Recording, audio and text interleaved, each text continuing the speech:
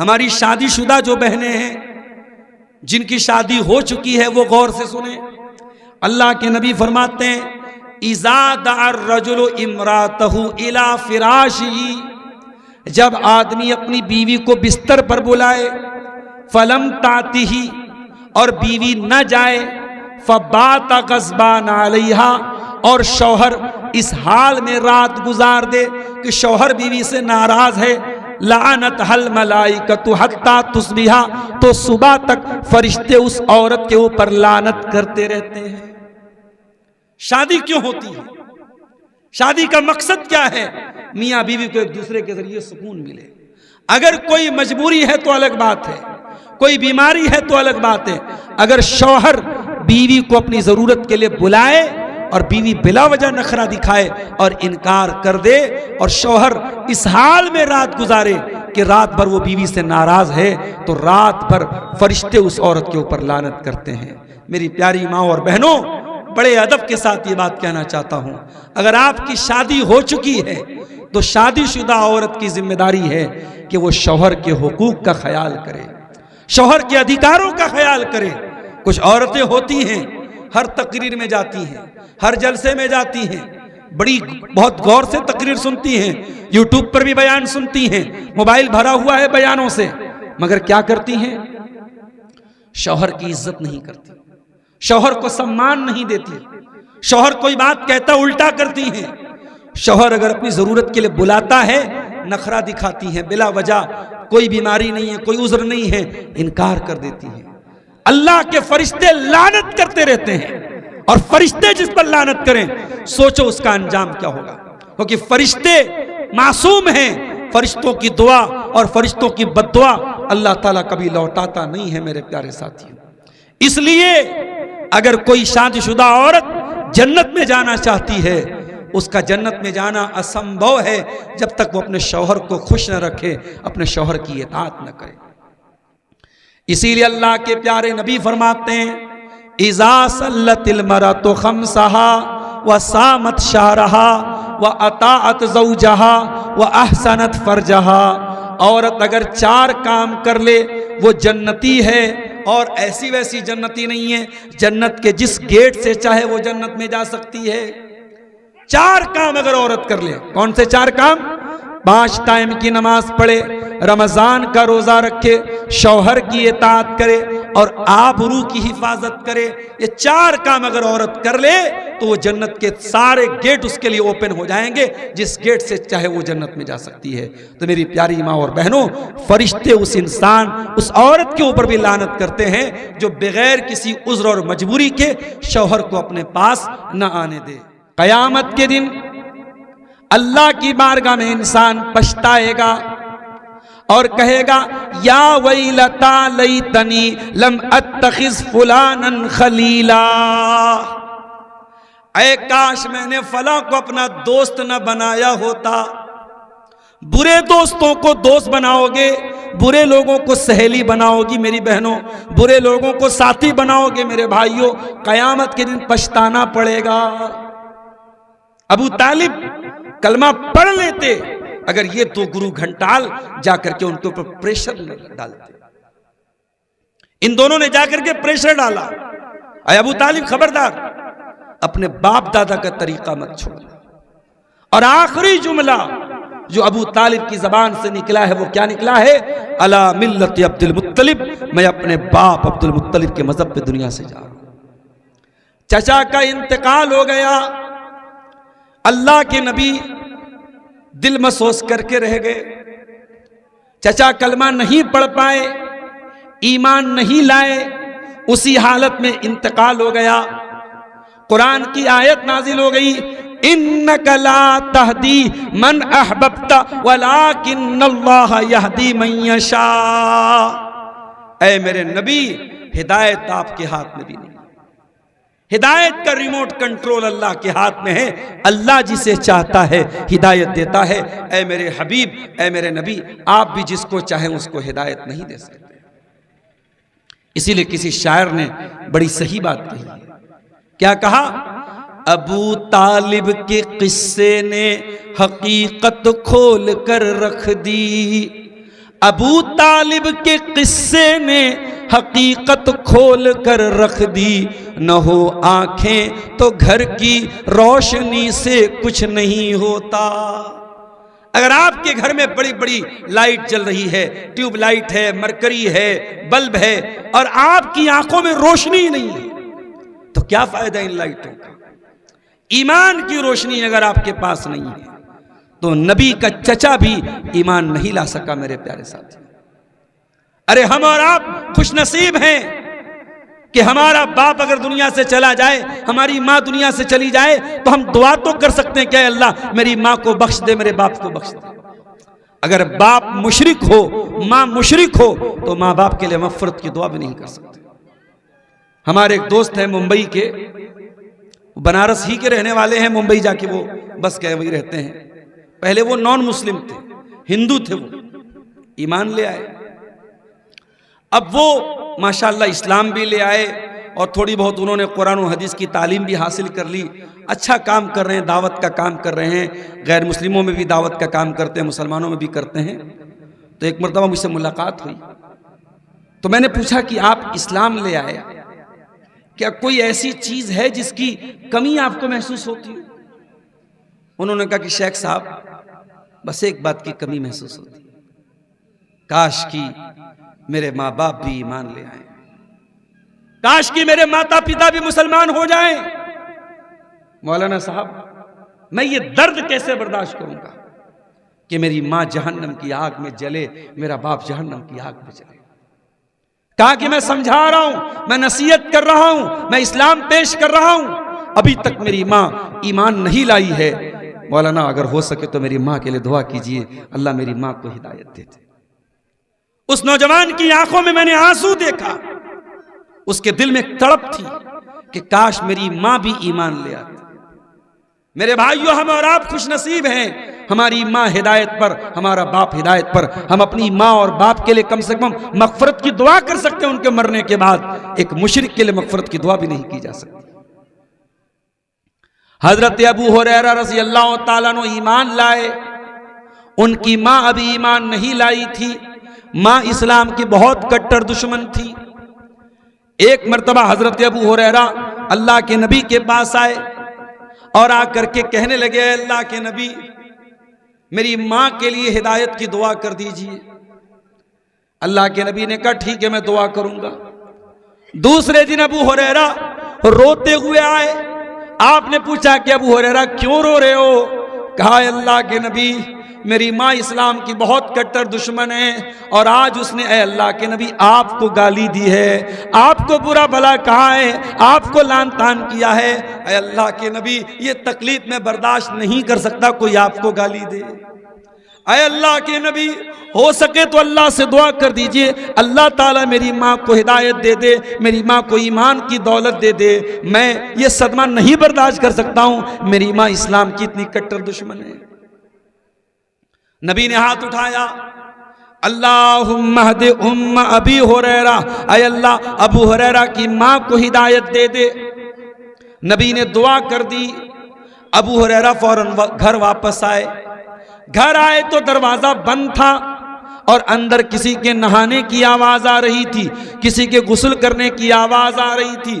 अबू हुरैरा की माँ ने अंदर से कहा, अरे अबू हुरैरा रुक जा, थोड़ी देर में दरवाजा खोलती हूँ। थोड़ी देर के बाद अबू हुरैरा की माँ ने दरवाजा खोला, देखा माँ ने गुस्ल किया था और अच्छे कपड़े पहने थे, और कपड़े पहन के माँ ने अबू हुरैरा को देखते ही कहा, अरे अबू हुरैरा, तू रोज मुझे इस्लाम की दावत दिया करता था, तू रोज मुझे कलमे तौहीद की दावत दिया करता था। अरे अबू हुरैरा, आज अल्लाह ने तेरी दुआ को सुन लिया है। अरे अबू हुरैरा, कान खोल करके सुन ले, अशहदु अल्ला इलाहा इल्लल्लाह व अशहदु अन्ना मुहम्मदन अब्दुहु व रसूलुहु। अबू हुरैरा की माँ ने कलमा पढ़ लिया, इस्लाम ले आए।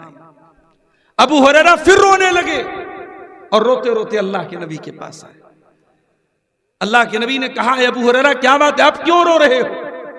कहा, अल्लाह के नबी, ये खुशी के आंसू हैं। पहले तकलीफ में आंसू बह रहे थे, अब खुशी में आंसू बह रहे हैं। अय अल्लाह के नबी, अल्लाह ताला ने आपकी दुआ को सुन लिया और मेरी माँ ने कलमा पढ़ लिया, मेरी माँ ईमान ले आई, मेरी माँ इस्लाम ले आई। ऐ अल्लाह के नबी, अब एक छोटी सी रिक्वेस्ट और है। क्या है अबू हुरैरा? कहा अल्लाह के रसूल, आप अल्लाह से ये दुआ कर दीजिए कि ऐ अल्लाह, तू अबू हुरैरा और उसकी माँ की मोहब्बत सारे ईमान वालों के दिलों में डाल दे। सारे ईमान वालों के दिलों में अबू हुरैरा की मोहब्बत डाल दे और उनकी माँ की मोहब्बत डाल दे, और अबू हुरैरा के दिल में और उनकी माँ के दिल में सारे ईमान वालों की मोहब्बत डाल दे। अल्लाह के नबी ने फिर से हाथ उठाया और आपने कहा, अल्लाहुम्मा हब्बिब अबा हुरैरा, ऐ अल्लाह तू अबू हुरैरा की मोहब्बत सारे ईमान वालों के दिलों में डाल दे। नबी ने दुआ की और आज नबी की दुआ को 1500 साल गुजर गए और आज भी हर मुसलमान हजरत अबू हुरैरा से मोहब्बत करता है। अरे क्यों ना हो, जो कुरान पढ़ेगा और जो नबी की हदीसों को पढ़ेगा वो अबू हुरैरा से मोहब्बत क्यों नहीं करेगा? अबू हुरैरा वो सहाबी हैं जिन्होंने अल्लाह के प्यारे नबी से सबसे ज्यादा हदीसों को रिवायत किया है। 5374 हदीसों के रावी हजरत अबू हुरैरा रजी अल्लाह ताला। तो ईमान सबसे बड़ी दौलत है मेरे प्यारे साथियों, इस ईमान को बचा के रखना। मेरी बहनों, इस ईमान की हिफाजत करना। हालात बहुत अच्छे नहीं हैं, हमारे मुल्क में नफरत का माहौल बड़ी तेजी से परवान चढ़ाया जा रहा है। अब तो खुल करके सोशल मीडिया पे कहा जा रहा है कि ये इनका मजहबी आतंकवाद की शिक्षा देता है। मैं ट्रेन में आता हूं, चुपचाप से अपनी सीट पर लेटा रहता हूं, लोग कमेंट करते हैं, लोग बातें बनाते हैं। अब दाढ़ी के साथ और कुर्ता पाजामे के साथ ट्रेनों में सफर करना मुश्किल है। इतनी नफरत परोसी जा रही है मेरे प्यारे साथी, और मुझे समझ में नहीं आता कि जितने ये भारत में हमारे देश में जितने आतंकवादी हमले होते हैं, ये हमले करने वाले कौन है अल्लाह बेहतर जाने। हम तो भाई जो मीडिया में दिखाया जा रहा है उनमें चुन चुन करके जो पकड़ा जा रहा है कि साहब ये मुसलमान है, ये मुसलमान है, ये मुसलमान है, और खुल करके मीडिया वाले कह रहे हैं कि सारे आतंकवादी मुसलमान ही क्यों होते हैं। मुझे एक बात ये समझ में नहीं आती कि अगर ये आतंकवादी जो पकड़े जा रहे हैं, अगर वाकई में ये आतंकवादी हैं और इन्होंने ही ये हमले किए हैं और कराए हैं, इससे बताओ मेरे भाई, इस्लाम का क्या भला होता है और इससे मुसलमानों का क्या भला होता है। जब जब भारत में ऐसे हमले होते हैं, भारत के मुसलमानों का जीना हराम हो जाता है। अब आप अंदाजा लगाइए, अब कोई मुसलमान डॉक्टर उसके क्लिनिक पर बाकायदा अब गैर मुस्लिम जाने से परहेज करेगा और इसी मुद्दे को बुनियाद बनाएगा कि अरे इनका क्या भरोसा, ये तो डॉक्टर के भेष में भी आतंकवादी होते हैं। यानी भारत का जो भाईचारा है, जो प्रेम है, जो सौहार्द है, जो आपस की मोहब्बत है, उसको बाकायदा खत्म करने की बड़ी गहरी साजिश है। इसका जो भी जिम्मेदार है, एक बेकसूर की हत्या करने वाला भी हमारी नजर में दोषी है और उसको उसके अंजाम तक पहुंचना चाहिए, चाहे वो अपने आप को मुसलमान ही क्यों ना कहता हो। लेकिन हाँ, इसी देश में हम देखते हैं आतंकवाद के जुर्म में जेल की कोठरी में एक नौजवान को पहुंचाया जाता है और 8 साल के बाद, 10 साल के बाद कोर्ट और अदालत कहती है कि साहब ये बेगुनाह था, ये बेकसूर था। और आतंकवाद एक ऐसा बड़ा इल्जाम है, इस इल्जाम में जो जेल में जाता है उसका परिवार भी उससे नाता तोड़ लेता है, उसकी बीवी भी रिश्ता तोड़ लेती है, उसके बच्चे भी रिश्ता तोड़ लेते हैं। 8 साल 10 साल जेल में रहने के बाद जब वो इंसान अदालत बाइज्जत रिहा करती है, वो इंसान दुनिया में किसी के काबिल नहीं बचता है। मेरे प्यारे साथियों, हमें इस बात से भी शिकायत है, हमें इस बात से भी शिकायत है कि पुलिस अगर किसी को अरेस्ट करती है और हमारी एजेंसियां किसी को पकड़ती हैं, इससे पहले कि उसका जुर्म प्रूफ हो, उसका अपराध साबित हो और अभी अदालत ने उसको मुजरिम करार दिया कि नहीं दिया, हमारा मीडिया तो पहले ही उसको दोषी करार दे देता है। तो मेरे प्यारे साथियों, मैं बात ये कर रहा था कि आज ईमान की जो ये दौलत है, ये बहुत बड़ी दौलत है। मुल्क के हालात खराब हो रहे हैं, मगर इतने खराब हालात में भी हमें अपने ईमान की हिफाजत करनी है। मेरे प्यारे साथियों, अल्लाह कुरान में कहता है, वला तमूतुन्न इल्ला व अंतुम मुस्लिमून, तुम्हें मौत ना आए मगर इस्लाम की हालत में, तुम मरो तो इस्लाम की हालत में। तुम्हारी जान निकले तो कलमे तौहीद पर निकले। और अपनी बहनों से कहना चाहूंगा कि अल्लाह के वास्ते किसी के प्यार और मोहब्बत के झांसे में आकर अपने ईमान से कॉम्प्रोमाइज मत करना, अपने दीन से समझौता मत करना। प्यार और मोहब्बत के नाम पे कभी भी अपने दीन को त्याग मत करना। इस्लाम और ईमान से बड़ी कोई नेमत नहीं है। मेरी बहनों, मेरे भाइयों, इस ईमान की हिफाजत करो। अल्लाह कुरान में कह रहा है, जो लोग ईमान के बगैर दुनिया से चले जाएंगे उनके ऊपर अल्लाह के फरिश्ते लानत करते हैं। और आगे बढ़िए, अल्लाह के फरिश्ते ऐसे लोगों पर भी लानत करते हैं जिनको शरीयत की जानकारी हो, इल्म दीन की जानकारी हो और उस इल्म दीन को वो छुपा लेते हों। शरीयत का मसला मालूम है, इल्म दीन मालूम है और जानबूझ करके उसको छुपा रहे हैं। ऐसे छुपाने वाले अपने पेट की दुकान को बचाने के लिए सच्चाई को छुपाने वालों पर भी अल्लाह के फरिश्ते लानत करते हैं। आइए हम कुरान की आयत देखते हैं। अल्लाह फरमाता है, इन्नल्लज़ीना यक्तुमूना मा अंज़लना मिनल बय्यिनाति वल हुदा। हमने जो आयतों को नाजिल किया है, इन आयतों को जो लोग छुपाते हैं और मिन बादि मा बय्यनाहु लिन्नास फिल किताब, जिन आयतों को हमने खोल खोल के बयान कर दिया, इन आयतों को जो लोग छुपाते हैं, उलाइका यलानुहुमुल्लाहु व यलअनुहुमुल लाइनून, ऐसे लोगों के ऊपर अल्लाह भी लानत करता है और अल्लाह के फरिश्ते भी लानत करते हैं। तमाम लानत करने वाले लानत करते हैं। इल्म दीन छुपाना यह भी बहुत बड़ा जुर्म है। इसी भारत में कितने लोग हैं 10-10 साल उन्होंने मदरसों में पढ़ा है, उनको मालूम है कि क्या सही है और क्या गलत है, मगर इसलिए वो सही बात नहीं बताते अपनी पब्लिक को, अपनी आवाम को। उनकी दुकान बंद हो जाएगी, उनकी शोहरत पर बट्टा लग जाएगा, उनके मसलक के लोग उनको निकाल बाहर कर देंगे। अपनी साख बचाने के लिए, अपना मसलक बचाने के लिए लोग दीन को छुपा लेते हैं। इसीलिए अल्लाह के नबी फरमाते हैं, अबू दाऊद की सही रिवायत है, मन सुइला अन इल्मिन फकतमहु, जिससे इल्म दीन का मसला पूछा जाए और वो मसले को छुपा ले, उलजिमा बिलजामिम मिनन नार, उसको आग की लगाम पहनाई जाएगी।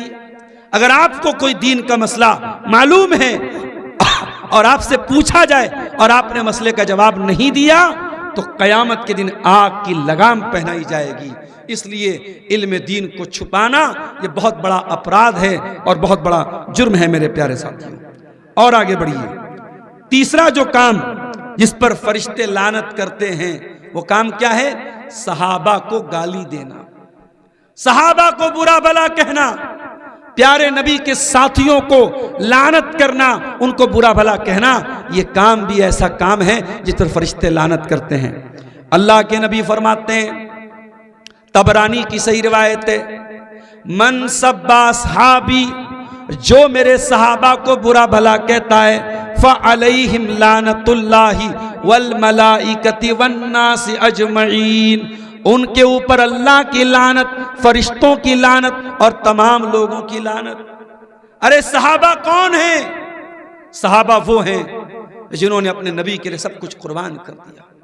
सहाबा वो हैं जिनकी रातें अल्लाह की इबादत में गुजरती थी और दिन इस्लाम की राह में लड़ने में गुजरता था। और याद रखो मेरे भाइयों, अहले हदीस का अकीदा सुन लो सहाबा के बारे में। हमारा यह अकीदा है कि इस रूए जमीन पर नबियों के बाद, अल्लाह के पैगंबरों के बाद, अल्लाह के रसूलों के बाद अगर सबसे नेक लोगों की जमात कोई गुजरी है वो सहाबा की जमात है। लोग तहज्जुद गुजार बन सकते हैं, लोग नमाजी बन सकते हैं, लोग परहेजगार बन सकते हैं, मगर कोई सहाबी नहीं बन सकता। अरे हम जितनी भी मेहनत कर लें, हम वो आंखें कहां से लाएंगे जिन आंखों ने नबी का दीदार किया था? हम वो हाथ कहां से लाएंगे जिन हाथों ने अल्लाह के प्यारे नबी से मुसाफा किया था? हम वो मजलिस कहां से लाएंगे जिस मजलिस में अल्लाह के प्यारे नबी दीन की बातें बयान करते थे और सहाबा सुना करते थे? तो सहाबा को बुरा भला कहने वाला अल्लाह की लानत, फरिश्तों की लानत और तमाम लोगों की लानत। क्यों? इसलिए कि सहाबा वो लोग हैं जिनके लिए अल्लाह ताला ने जन्नत की गारंटी दे दी है। कुरान करीम की सूरह तौबा की 100 नंबर की आयत देखो, अल्लाह फरमाता है वस्साबिकूनल अव्वलून मिनल मुहाजिरीन वल अंसार वल्लज़ीना तबऊहुम बिइहसान रज़ियल्लाहु अन्हुम व रज़ू अन्हु व अअद्द लहुम जन्नातिन तजरी तहतहल अनहार। अल्लाह फरमाता है मैं अपने नबी के तमाम सहाबा से राजी हो गया, जो मुहाजिरीन में से थे उनसे भी राजी, जो अंसार में से थे उनसे भी राजी, और मैंने अपने नबी के तमाम सहाबा के लिए जन्नत को तैयार करके रखा है, जन्नत का वादा करके रखा है। तो नबी का हर सहाबी जन्नती है मेरे प्यारे साथी। और यहां यह बात भी नोट कर लो, हम ये नहीं मानते कि सहाबा मासूम थे। सहाबा मासूम नहीं थे, सहाबा से खताएं भी हुई हैं, सहाबा से गलतियां भी हुई हैं, मगर सहाबा की नीयत में कभी कोई खोट नहीं था। सहाबा नीयत के बिल्कुल पाक और साफ लोग थे, उनसे कभी गलती भी हुई उन्होंने अल्लाह से तौबा कर ली, अल्लाह ने उनकी तौबा कबूल कर ली। नबी का कोई भी सहाबी ऐसा नहीं है जिसके दिल में खयानत हो, जिसके दिल में चोर हो, जिसके दिल में खोट हो। नबी का हर सहाबी मुखलिस है, सच्चे ईमान वाला है, और नबी के सारे सहाबा से हम मोहब्बत करते हैं मेरे प्यारे साथियों। और आगे बढ़िए, अल्लाह ताला के फरिश्ते ऐसे इंसान पर भी लानत करते हैं जो किसी बिदाती को पनाह दे, किसी बिदाती को अपने घर में लाने वाला, अपने घर में पनाह देने वाला, उसके ऊपर भी फरिश्ते लानत करते हैं। अल्लाह के प्यारे नबी फरमाते हैं मन अहदसा हदसन, जिसने कोई नई बिदत निकाली फ़अलैहि लानतुल्लाहि वल मलाइकति वन्नासि अजमईन, उसके ऊपर अल्लाह की लानत, फरिश्तों की लानत और तमाम लोगों की लानत। बिदात करना, दीन में नया काम निकालना। आज हमारे यहां बहुत सारी चीजें दीन के नाम पे निकाल दी गई। आपके इस सीमांचल के इलाके में शायद बहुत सारी चीजें आपको नजर ना आती हो, लेकिन आप जरा सा हट करके निकलिए, बारसोई चले जाइए, आप कलिया चक चले जाइए, आप कलकत्ता चले जाएं, आप किशनगंज चले जाएं, आपको थोक के भाव बिदात मिलेंगे। रबीउल अव्वल की अलग बिदात है, मुहर्रम की अलग बिदात है, ख्वाजा मोइनुद्दीन चिश्ती अजमेरी के नाम पे अलग बिदात है। दीन का कबाड़ा बना के रख दिया गया मेरे साथियों, दीन की शक्ल बदल दी गई। वो दीन जो तौहीद वाला दीन था, उस दीन को कब्रों का दीन बना दिया गया। वो दीन जिसमें अल्लाह के सिवा किसी और के आगे सजदा करने की इजाजत नहीं थी, उसी दीन को मानने वाले पीरों के आगे सजदा कर रहे हैं, बुजुर्गों के आगे सजदा कर रहे हैं, कब्रों के आगे सजदा कर रहे हैं। एक मर्तबा मेरा प्रोग्राम कर्नाटक में था। कर्नाटक में एक जगह पड़ती है गुलबर्गा। आने वाले रमजान में मैं वहीं पे जाने वाला हूं दर्स के लिए। गुलबर्गा में एक मज़ार है, कब्र है, उसको कहते ख्वाजा बंदा नवाज की कब्र। जैसे अजमेर में ख्वाजा मोइनुद्दीन चिश्ती अजमेरी की कब्र है, उनको गरीब नवाज बोलते हैं, और गुलबर्गा में जो कब्र है उनको बंदा नवाज बोलते। बंदा नवाज मतलब बंदों को नवाजने वाला, बंदों को देने वाला। तो वहां के साथियों ने मुझसे कहा कि मौलाना आप आए हैं हमारे शहर में, ये मज़ार है, दरगाह है, चलिए आपको सैर करा देते हैं। मैं गया उनके साथ। अब जब दरगाह के अंदर गया तो एक छोटी सी कब्र मैंने देखी। मैंने कहा भाई बड़ी बड़ी कब्र तो समझ में आ रही है, ये ख्वाजा साहब की कब्र है, ये उनके बेटे की कब्र है, ये उनकी बहू की कब्र है, ये छोटी सी कब्र किसकी है? कहा कि ख्वाजा साहब की बेटी ने एक बिल्ली पाली थी, वो बिल्ली भी बड़ी पहुंची हुई बिल्ली थी, बड़ी अल्लाह वाली बिल्ली थी, उसी बिल्ली की कब्र है। गौर कीजिए, बिल्ली की कब्र पर भी चादर चढ़ी थी, बिल्ली की कब्र पर भी माला चढ़ा हुआ था। थोड़ा और आगे बढ़ा, एक और छोटी सी कब्र मुझे दिखी। मैंने कहा ये किसकी कब्र है? कहा कि ख्वाजा साहब की बेटी ने एक तोता पाला था, ये तोते की कब्र है। बिल्ली की कब्र है, तोते की कब्र है। और यहां तक लोगों ने बताया कि यहां यह धारणा है कि इस तोते की कब्र पे अगर आकर के कोई देसी घी और चीनी अगर चढ़ा देगा तो बच्चों को जो जबान में लुकनत होती है, बाज बच्चे जो है तुतला के बोलते हैं, सांप नहीं बोलते हैं, तो बच्चा सांप बोलने लगेगा।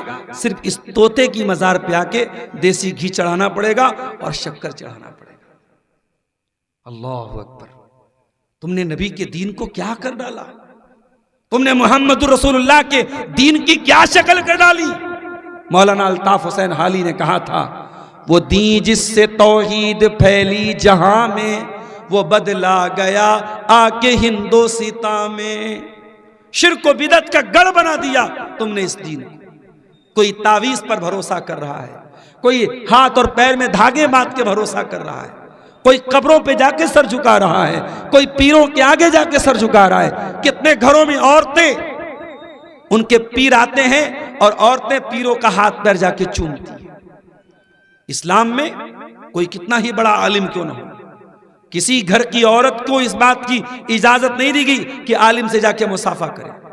इस दुनिया की सबसे नेक हस्ती अल्लाह के प्यारे नबी जनाब मोहम्मद रसूलुल्लाह सल्लल्लाहु अलैहि वसल्लम थे, लेकिन नबी ने कभी भी किसी औरत, किसी गैर औरत से हाथ मिलाया नहीं, मिलाया आपने किसी गैर औरत से हाथ पर आपने बैत नहीं की, हमेशा पर्दे की आड़ से आप बैत लेते थे। तो कोई बड़े से बड़ा आलिम आ जाए, अल्लाह का वली आ जाए, अपने घर की औरतों को उसके पास उसको अकेला छोड़ना या औरतों को उससे मिलना जुलना या उसका हाथ पैर चूमना, अल्लाह की कसम ये बेगैरती है, ये बेशर्मी है, ये बेहयाई है और इस्लाम में इसकी कोई गुंजाइश नहीं। बिदअत करने वाला, उसका अंजाम कितना बयान होगा सुन लीजिए। अल्लाह के नबी फरमाते हैं, कयामत के दिन में अपनी उम्मत के लोगों को हौज़े कौसर का पानी पिलाऊंगा और जो हौज़े कौसर का पानी एक मर्तबा पी लेगा उसको फिर कभी प्यास नहीं लगेगी। अल्लाह के नबी फरमाते हैं, कुछ लोग आएंगे और मैं उनको हौज़े कौसर का पानी पिलाना चाहूंगा, फरिश्ते रुकावट बन जाएंगे और फरिश्ते कहेंगे, ऐ अल्लाह के नबी आप इनको हौज़े कौसर का पानी नहीं पिला सकते। मैं कहूंगा क्यों? असहाबी, ये तो मेरी उम्मत के लोग हैं, ये तो मेरे मानने वाले लोग हैं, मेरा कलमा पढ़ने वाले लोग हैं। ऐ फरिश्तों, तुम क्यों मना कर रहे हो इनको हौज़े कौसर का पानी पिलाने से? क्या अपराध है इनका, क्या कसूर है इनका, क्या जुर्म है इनका?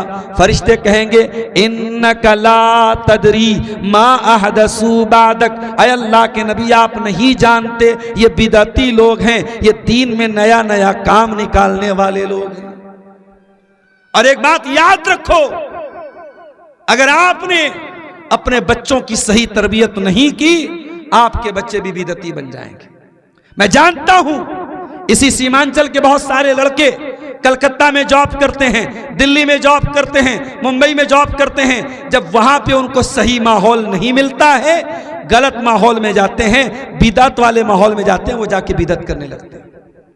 बल्कि मैं आपके इलाके में देखता हूं, कुछ घरों में जाता हूं, पूरा घर अहले हदीस है, किसी बच्चे से मुसाफा कर रहा हूं, बच्चा दोनों हाथ से मुसाफा कर रहा है। इसका मतलब यह हुआ कि बच्चे के बाप ने कभी बताया ही नहीं अपने बेटे को कि मुसाफा एक हाथ से किया जाता है। बच्चे के बाप ने कभी बताया ही नहीं कि मुसाफा एक हाथ से किया जाता है। इसका मतलब यह हुआ कि हमारी तरबियत में कमी है, हमारी तरबियत में खोट है। तो ये बात याद रखो मेरे प्यारे साथियों, बिदअत करने वाला, चाहे बिदअत कोई भी तरीके की बिदअत हो, नबी ने किसी बिदअत का बंटवारा नहीं किया। नबी ने आम बात कही, कुल्लु बिदअतिन ज़लाला, हर बिदअत गुमराही है और हर गुमराही का ठिकाना जहन्नम है। लिहाजा बिदअत करने वाला और बिदअत को सपोर्ट करने वाला, बिदअती को पनाह देने वाला, इन सब पर अल्लाह के फरिश्ते लानत करते हैं। और आगे बढ़िए, एक और अमल है जिसके करने वाले पर अल्लाह के फरिश्ते लानत करते हैं, अपने मुसलमान भाई को डराना धमकाना। अल्लाह के प्यारे नबी फरमाते हैं, मन अशारा इला अखीही बिहदीदा, जो किसी धारदार चीज से अपने मुसलमान भाई की तरफ इशारा करे, किसी चाकू से, किसी तलवार से, किसी तीर से, किसी नेज़े से अपने मुसलमान भाई की तरफ इशारा करे, व इन्नल मलाइकत तलानुहु, ऐसे मुसलमान पर फरिश्ते लानत करते हैं। अल्लाहु अकबर। आप किसी मुसलमान को डराने के लिए अगर चाकू दिखा रहे हैं, हथियार दिखा रहे हैं, सिर्फ डराने के लिए, फरिश्ते लानत करते हैं। तो जरा सोचो, जो इस्लाम किसी को डराने के लिए भी हथियार दिखाने की इजाजत नहीं देता है, वो इस्लाम आतंकवाद की शिक्षा कैसे दे सकता है मेरे साथी। मीडिया वाले इस बात को भी कभी नोट करें, कभी टीवी पे चलाएं, कभी अपने प्रोग्रामों में चलाएं कि इस्लाम एक इंसानी जान की इतनी वैल्यू बताता है कि कुरान कहता है मन कतल नफ्सन बिगैर नफ्सिन औ फसादिन फिल अर्दी फकअन्नमा कतल अन्नास जमीआ। जिसने एक इंसान की हत्या की, एक इंसान की जान ली, उसने पूरी मानवता की जान ले ली, पूरी इंसानियत की जान ले ली। एक मानव की हत्या, एक मनुष्य की हत्या, समस्त मनुष्य बरादरी की हत्या है, पूरी इंसानी बरादरी की हत्या है मेरे साथी। वमन अहयाहा फकअन्नमा अहयन्नास जमीआ।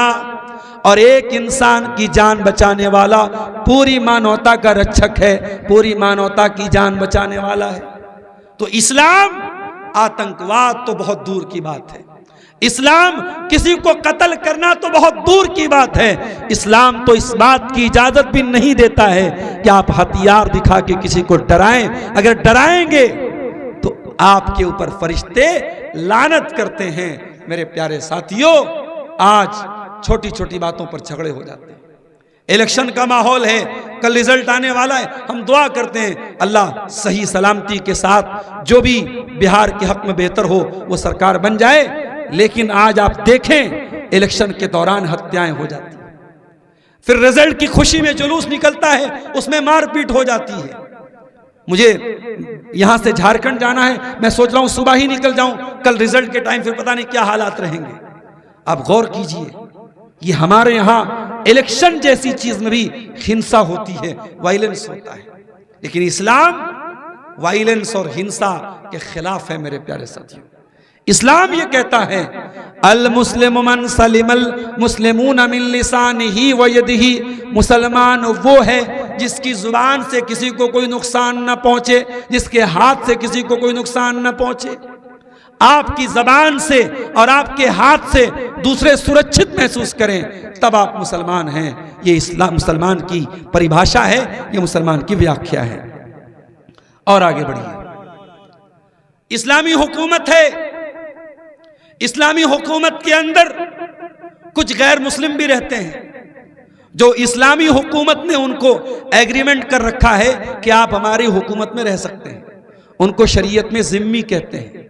अगर इस्लामी हुकूमत के अंदर कोई गैर मुस्लिम रहता है जिसको इस्लामी हुकूमत ने सुरक्षा दी है, अगर उस गैर मुस्लिम के साथ कोई गलत सलूक करता है और इस एग्रीमेंट को कोई तोड़ता है, अल्लाह के नबी फरमाते हैं जिम्मतुल मुस्लिमीन वाहिदा, सारे मुसलमानों की जिम्मेदारी एक है। अगर एक मुसलमान ने भी किसी को सुरक्षा दी है तो गोया कि सारे मुसलमानों ने उसको सुरक्षा दी है। मन अकफर मुस्लिमन, अगर एक मुसलमान की जिम्मेदारी को आपने तोड़ दिया, उसके एग्रीमेंट को तोड़ दिया, फ़अलैहि लानतुल्लाहि वल मलाइकति वन्नासि अजमईन, ऐसे इंसान पर अल्लाह की लानत, फरिश्तों की लानत और तमाम लोगों की लानत। इसका मतलब यह हुआ इस्लामी हुकूमत में रहने वाला गैर मुस्लिम भी बिल्कुल सुरक्षित रहना चाहिए, उसकी सुरक्षा के साथ कोई खिलवाड़ नहीं होना चाहिए। ये इस्लाम हमें सिखाता है। अगर कोई इस्लामी हुकूमत है, कहीं पर इस्लामिक शासन है और इस्लामिक शासन में अगर कोई गैर मुस्लिम रहता है तो उसको इस्लामी शासन सुरक्षा देता है। उस सुरक्षा की जिम्मेदारी हम सब की है कि उसकी हम सुरक्षा करें, उसकी सुरक्षा के साथ हम कोई खिलवाड़ न हो। अब एक दो बातें और सुन लीजिए, और चूंकि हमारे दिल इस्लाम भाई ने ये गुजारिश भी की है कि ये मदरसे का जलसा है और चंदा जो मदरसे के लिए होना चाहिए था वो नहीं हुआ है। आप लोग जो भी यहाँ मौजूद हैं और हमारी माए बहनें जो भी मौजूद हैं, उनसे बड़े आदर के साथ, बड़े प्रेम के साथ, बड़ी मोहब्बत के साथ मैं गुजारिश करूँगा कि आप हजरात इस जलसे के मकसद के पेश नज़र इस इदारे को ताउन करते हुए जाएंगे। मैं अल्लाह से दुआ करता हूँ और मेरे साथ साथ फरिश्ते भी दुआ करें, क्योंकि अल्लाह के नबी फरमाते हैं जब कोई इंसान अल्लाह की राह में खर्च करता है तो दो तरीके के फरिश्ते होते हैं। खर्च करने वाले के हक में दुआ करते हैं और कंजूसी करने वाले के हक में बद्दुआ करते हैं। एक फरिश्ता कहता है अल्लाहुम्मा आती मुनफिकन खलफा, ऐ अल्लाह जो तेरी राह में खर्च कर रहा है तू और दे दे उसको, और जो कंजूसी करता है, जो अल्लाह की राह में खर्च नहीं करता है, जिसके पास माल है और फिर भी अल्लाह की राह में नहीं खर्च करता है, उस कंजूस को, उस बखील को फरिश्ता कहता है अल्लाहुम्मा आती मुमसिकन तलफा, ऐ अल्लाह इस कंजूस के माल को बर्बाद कर दे। तो फरिश्ते कंजूस और उस इंसान पर जो माल को रोक रोक करके रखे और अल्लाह की राह में न दे, उस इंसान पर भी लानत करते हैं और बद्दुआ करते हैं। इसलिए मेरे प्यारे साथियों, अगर आप इस जलसे में आए हैं और मदरसे को आप कुछ ताउन करना चाहते हैं तो आप पीछे न रहें, फरिश्तों की दुआ के हकदार बने। ये रात का वक्त है, ये तहज्जुद का वक्त है, ये अल्लाह की कुर्बत का वक्त है। इस वक्त दुआएं कबूल होती हैं, इस वक्त अल्लाह की बारगाह में रोया जाता है। मेरे प्यारे साथियों, आप आए और यहाँ स्टेज लगा हुआ है, आप आकर के जो भी मदरसे को दान देना है, चंदा देना है, वो देते हुए जाएं। मैं आखिर की दो बातें आपके सामने बयान करके बात खत्म करूंगा।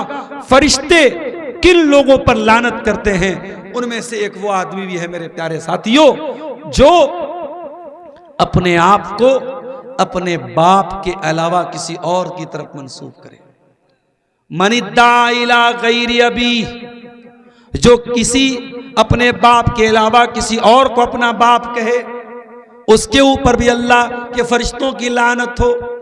मिसाल के तौर पे किसी ने बेबी एडॉप्ट कर लिया, बच्चा गोद ले लिया, बच्चे का नाम अब्दुल्ला था और पालने वाले का नाम अब्दुल रहमान था।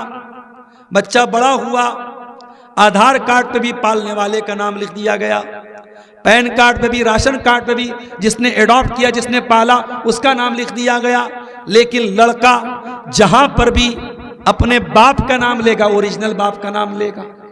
इस्लाम यही तालीम देता है, उदऊहुम लिआबाइहिम, कि जो तुम्हारा बाप है उसी को अपना बाप कहो। कोई पाल ले वो तुम्हारा बाप नहीं हो जाएगा। इसलिए अगर आपने किसी बच्चे को गोद लिया है और बच्चे की परवरिश कर रहे हैं, इस बात का खास ख्याल रखें कि उसकी वल्दियत को तब्दील न करें और बच्चे का जो असल बाप है उसी बाप की तरफ मंसूब किया जाए। इस्लाम में नसब की बड़ी अहमियत है मेरे प्यारे साथियों, इस्लाम में नसब की बड़ी अहमियत है।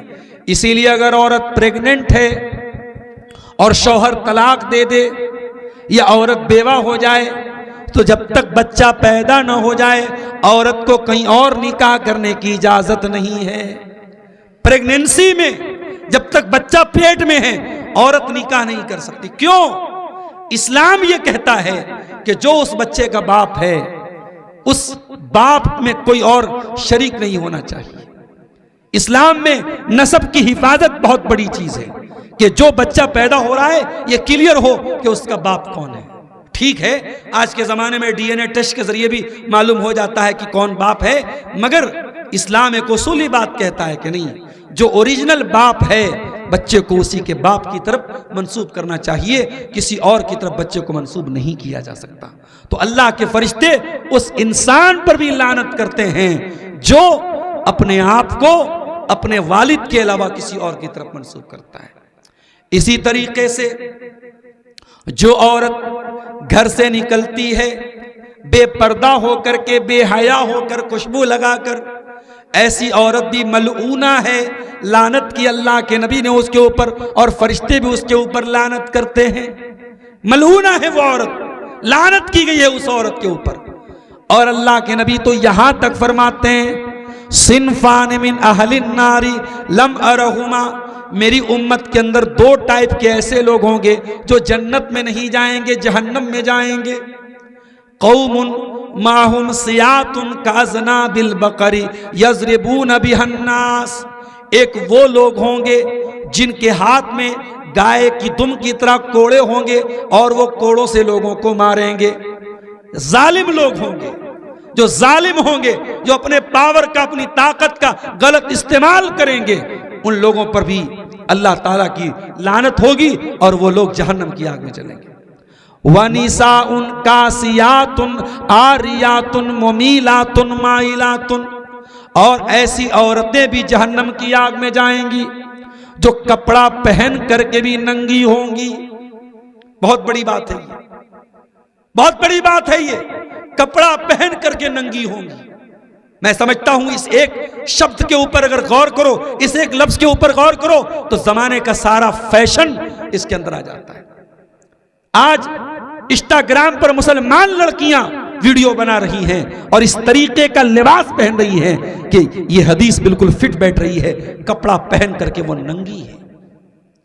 गैर मुस्लिमों की बात नहीं कर रहा हूं, मुसलमान लड़कियां आज चंद पैसों के लिए और शोहरत के लिए और थोड़े से व्यूज के लिए इस गंदगी पर उतर चुकी है। मेरे प्यारे साथियों, अल्लाह के नबी फरमा रहे निसाउन कासियातुन आरियातुन, कपड़ा पहनने के बावजूद नंगी होंगी, मुमीलातुन, और गैर मर्दों को अपनी तरफ आकर्षित करेंगी, खींचेंगी, माइलातुन, और जब रास्ता चलेंगी उनके चलने का अंदाज भी शरीफ औरतों की तरह नहीं होगा, पाक दामन औरतों की तरह नहीं होगा, उनकी चाल भी गलत किस्म की लड़कियों के जैसी फाहिशा औरतों की तरह होगी।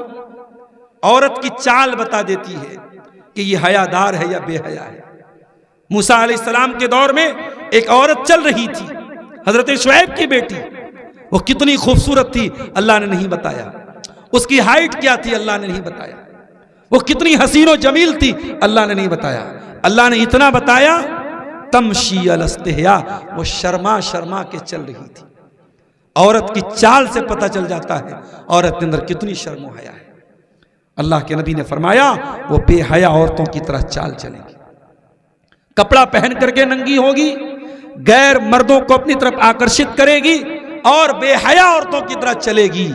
अल्लाह के नबी का अगला जुमला सुनिए और मेरी माँ और बहनों अपने घरों का माहौल आप सुधार लीजिए। अल्लाह के नबी कहते हैं ला यदखुलनल जन्ना, ऐसी औरतें जन्नत में नहीं जाएंगी, वला यजिदन रिहा, और जन्नत में जाना तो बहुत दूर की बात है, ऐसी औरतें जन्नत की खुशबू भी नहीं पाएंगी। मेरे प्यारे भाइयों, ऐसी औरतें भी अल्लाह की लानत की हकदार बनेंगी। मगर मैं बड़ी माजरत के साथ एक बात और कहना चाहता हूं, अगर किसी घर की लड़की ऐसा कपड़ा पहन रही है तो सवाल तो फिर भी यही पैदा होता है कि उसका बाप कहां मर गया, उसका भाई कहां मर गया, उसका शौहर कहां मर गया। और अकबर इलाहाबादी का वो शेर याद आता है, बेपर्दा नजर आई कल जो चंद बीबियां, अकबर जमी में गैरत कौमी से गड़ गया। पूछा जो उनसे आपका पर्दा वो क्या हुआ, कहने लगी कि अक्ल पे मर्दों के पड़ गया। औरत का पर्दा जब मर्द की अकल पर पड़ता है तब मर्द बेगैरत बन जाता है। मेरे प्यारे साथियों, अगर औरत की बेहयाई गलत है तो मर्द की बेगैरती भी गलत है। हदीस सुन लीजिए, अल्लाह के नबी फरमाते हैं कयामत के दिन 3 ऐसे बदनसीब लोग होंगे, अल्लाह ताला ना तो देखेगा उनकी तरफ, ना पाक साफ करेगा, ना बातचीत करेगा। कौन 3 लोग होंगे? नंबर 1 अल-आक़ लिवालिदैहि, अपने माँ बाप को सताने वाला, अपने माँ बाप को दुख देने वाला, वल मरअतुल मुतरज्जिला, और मर्दों के जैसी चाल ढाल अपनाने वाली औरत, और नंबर 3 अद्दयूस, वो बेगैरत मर्द, अल्लज़ी युक़िर्रु फ़ी अहलिहिल खुबुस, जिसके घर में बेहयाई हो रही हो और उसको कोई फर्क न पड़े। अरे कितने तो इतने बेगैरत होते हैं, अपनी बेटियों से ज़िना करवाते हैं, अपनी बीवी से ज़िना करवाते हैं। ऐसा दयूस और बेगैरत इंसान ये बात याद रखे, अगर दुनिया के चंद टकों के लिए उसने अपनी बेटी से ये गलत काम करवाया, अपनी बीवी से ये गलत काम करवाया, दुनिया में चंद पैसे तू कमा लेगा मगर आखिरत तेरी बर्बाद हो जाएगी। और कयामत के दिन ना तो अल्लाह ताला तेरी तरफ देखेगा, ना तुझे गुनाहों से पाक और साफ करेगा, और ना ही अल्लाह ताला तुझसे बात करेगा। तो ये चंद चीजें थी मेरे प्यारे साथियों, जो ऐसे आमाल हैं और ऐसी चीजें हैं जिनके करने वाले पर अल्लाह के फरिश्ते लानत करते हैं। चूंकि रात काफ़ी ठंडी है और काफ़ी लोग प्रोग्राम से धीरे धीरे जा रहे हैं और जा चुके हैं, मैं चाहता हूँ इन्हीं पर बातों पर अपनी बात को ख़त्म करते हुए मैं आखिर में ये दुआ भी करता हूँ कि जो आमाल बयान किए गए फरिश्तों की लानत के हकदार बनाने वाले, अल्लाह इन तमाम आमाल से हम सबको बचने की, हमारी माँ बहनों को बचने की तौफीक अता फरमाए। रब्बुल आलमीन हमें फरिश्तों की दुआओं का हकदार बनाए, न कि फरिश्तों की लानत का हकदार बनाए। इंशाअल्लाह अगली तकरीर जो होगी इस इलाके में, उसका टॉपिक होगा वो कौन लोग हैं जिन पर फरिश्ते दुआएं करते हैं। आज आपने बद्दुआओं के बारे में सुना है, इंशाअल्लाह अगली तकरीर जो होगी वो दुआओं पर होगी। तो हम फरिश्तों की दुआओं के हकदार बने, ना कि लानत और बद्दुआओं के हकदार बने। और मैं फिर से गुजारिश करता हूँ कि आप हजरात मदरसे का ताउन करते हुए जाएं। अल्लाह ताला आपके सदक़ात व खैरात को कबूल फरमाए। आप अपने मरहूमीन की तरफ से अपने जिनके वालिदैन या जिनके अक़रबा और रिश्तेदार दुनिया से जा चुके हैं, उनके लिए सदक़े जारिया के तौर पे और उनके इसाले सवाब के लिए भी वो इस मदरसे में ताउन कर सकते हैं। अल्लाह आप सबके नेकियों को कबूल फरमाए। अल्लाह जब तक हमें दुनिया में ज़िंदा रखे, इस्लाम पर ज़िंदा रखे और हम सबका खात्मा ईमान पर हो। रब्बना तक़ब्बल मिन्ना इन्नका अंतस समीउल अलीम व तुब अलैना इन्नका अंतत तव्वाबुर रहीम। व सल्लल्लाहु तआला अला नबीना मुहम्मद व अला आलिहि व सहबिहि अजमईन। वस्सलामु अलैकुम व रहमतुल्लाहि व बरकातुहू।